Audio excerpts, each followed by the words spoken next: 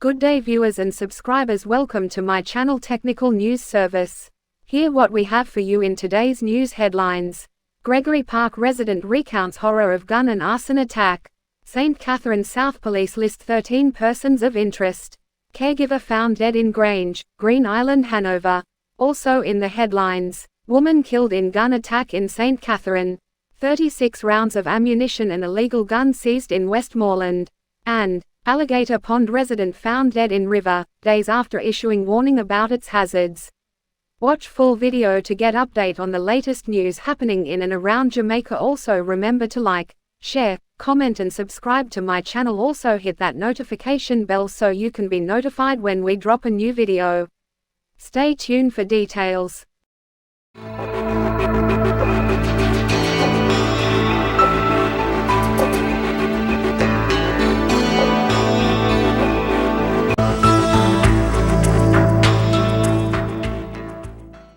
Now the news in details. God alone could have saved us. Gregory Park resident recounts horror gun and arson attack.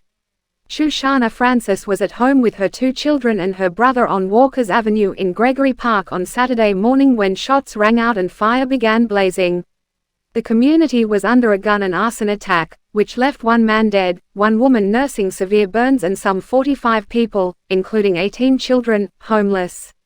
God alone could have saved us when shot a bus and fire ablaze, Francis told Prime Minister Andrew Holness as he toured the area on Monday along with Commissioner of Police Major General Anthony Anderson and Member of Parliament Alando Terrelong. The tearful Francis recounted the horror of the morning and its uncomfortable aftermath. "One whole heap of them criminals came down on us. My little baby had to run behind the mattress to hide from fire," Francis said.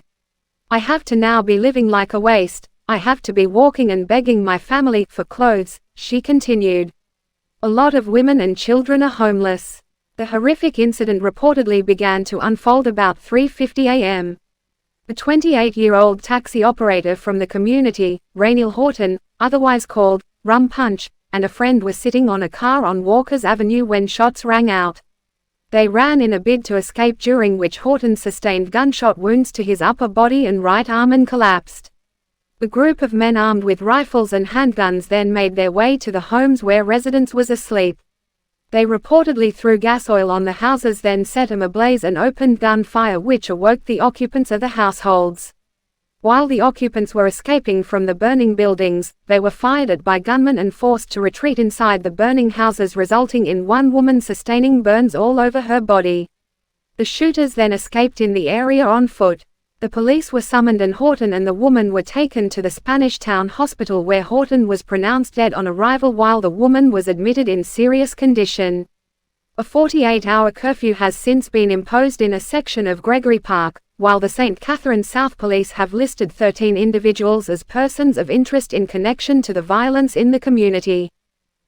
St. Catharines South Police list 13 persons of interest. The St. Catharines South Police have listed 13 individuals as persons of interest. They are being asked to report to the Portmore Criminal Investigation Branch (CIB) for questioning in connection with a series of violent incidents in the Gregory Park community. The police said that these persons are wanted for questioning in relation to recent activities in the community that have disturbed normalcy.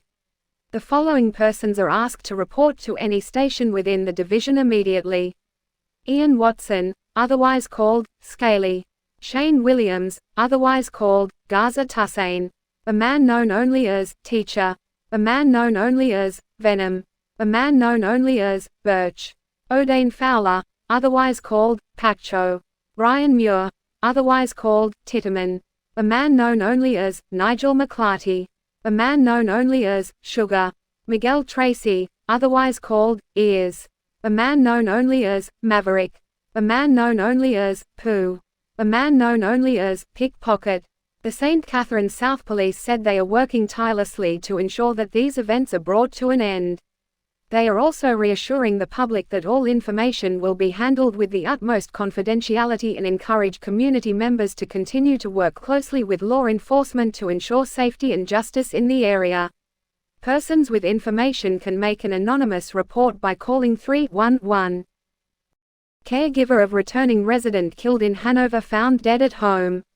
The case involving Saturday's death of an 80-year-old returning resident seemed to have thickened following the killing of a 73-year-old woman, said to be her caregiver. The caregiver, Tika Anderson Nesbeth, from Grange District in Green Island, Hanover, was found dead at her home by relatives hours after Patsy Allen, a retired nurse, was found dead at her home in Top Kendall in the said parish.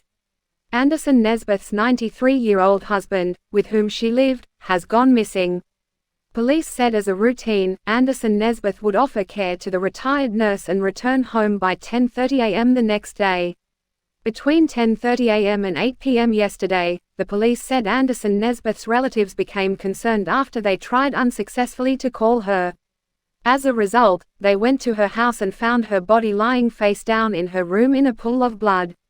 Her husband was not seen and efforts to locate him proved futile. The body was processed and 2 small wounds were observed over the right eye and blood coming from the mouth. It was later removed to the morgue pending a post-mortem examination. Police are trying to determine if there is a link between the 2 incidents. Woman killed in gun attack in St. Catherine. A 46-year-old woman was shot dead in a brazen daylight attack on Noreen Lane in Bodles, Old Harbour, St. Catherine on Monday afternoon. The victim has been identified as Nadette Almery Thomas, a resident of the community. It is reported that around 2:35 p.m., residents heard loud explosions and summoned the authorities. Upon arriving, police saw Thomas's body lying on its left side with gunshot wounds to the head and upper body. Thomas was taken to the Spanish Town Hospital where she was pronounced dead. The body was later removed to the morgue pending a post-mortem examination. Police say they have not yet established a motive for the killing, nor have they identified any suspects. The Old Harbour police are investigating. 36 rounds of ammo, illegal guns seized in Westmoreland. Cops in Westmoreland have seized 36 9mm rounds of ammunition and 2 Taurus 9mm pistols. The police say about 11 a.m. on Saturday, cops carried out an operation in Gordon District, White House in the parish. Lawmen were in the area when a concrete structure was searched. During the search, the firearms with 2 magazines were seen in a shopping bag. No one was arrested in relation to the seizure. Alligator Pond resident found dead in river, days after issuing warning about its hazards. Police in Manchester are probing the death of a man, who residents suspect drowned in a section of a river in Alligator Pond over the weekend. The man, who has been identified as Wayne Watson, 34, spoke with Observer Online last week following a suspected case of drowning in Alligator Pond. Residents told journalists that Watson was last seen on Friday afternoon leaving a construction site to swim in a section of the community known as Bakidare Inn Compound. His family raised an alarm after he didn't return home. A search was then conducted of the area. His body was found in the river's mangrove on Sunday afternoon. Watson, a fisherman for 17 years in the community, explained last week that the Alligator Pond beach downstream from where he was found has a sea and a river. He said locals warn visitors to use the river for recreation like swimming, but not to venture into the sea. This sea, when it comes to this time, it takes a lot of lives and we don't want anyone's lives to take now because a lot of people are on the beach same way today, Monday. We tell the people to be careful how they go into the sea, because it can be very rough, Watson told our news team over the weekend. He added, the water can be deep more time and when you talk to the people they still are not listening. Don't follow others like we locals. We can swim. Ramble Bridge in St. Thomas to be closed to facilitate repairs.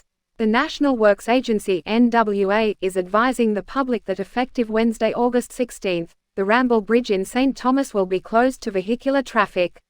The closure is being done to facilitate the replacement of the wooden bridge deck.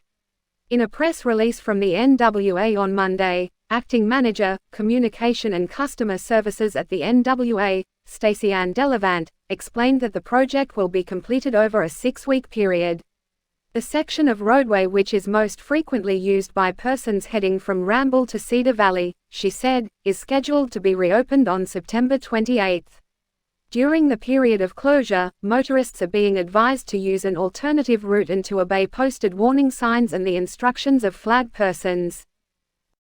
That's the news for today from the Technical News Service. Hope we were informative and keeping you up to date with the latest news from Jamaica. Please remember to subscribe and hit the like button. Thanks for watching and stay safe.